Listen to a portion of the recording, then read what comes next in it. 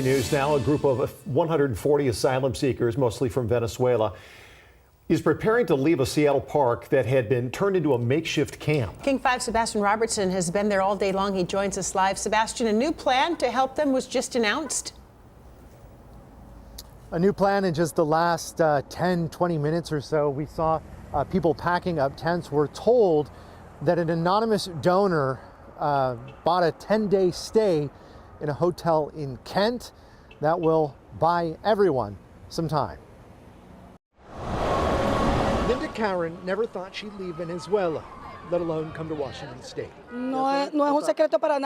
It's no secret that our country is in crisis right now. So we left our country to find a better life.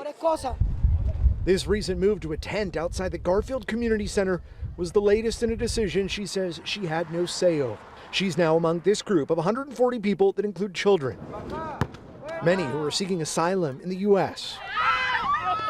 They were staying in a King County subsidized motel in Kent, had been since January of this year, but say they were forced to move out when the funding ran out.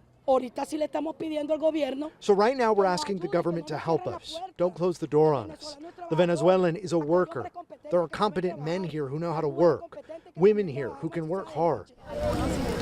The city of Seattle is now scrambling to find a solution. In the meantime, they've opened the seasonal bathrooms weeks ahead of schedule, have parks crews on site monitoring the situation, and say they're turning to the state for guidance on both shelter options and funding, citing a newly passed $30 million package of legislation for migrants and asylum seekers statewide. When we come to the streets because we don't have anywhere to go, we have the city of Seattle telling us that we cannot be here. So I want to ask people, where do we go? Where do the families go? A question that, at least for now, no one seems to have an answer to. When we get our permissions to work, we're going to work because we're fighters. And in the last 20 minutes or so, somebody made that anonymous donation to buy a 10-day motel stay. The big question now is, what will any form of long-term plan look like moving forward?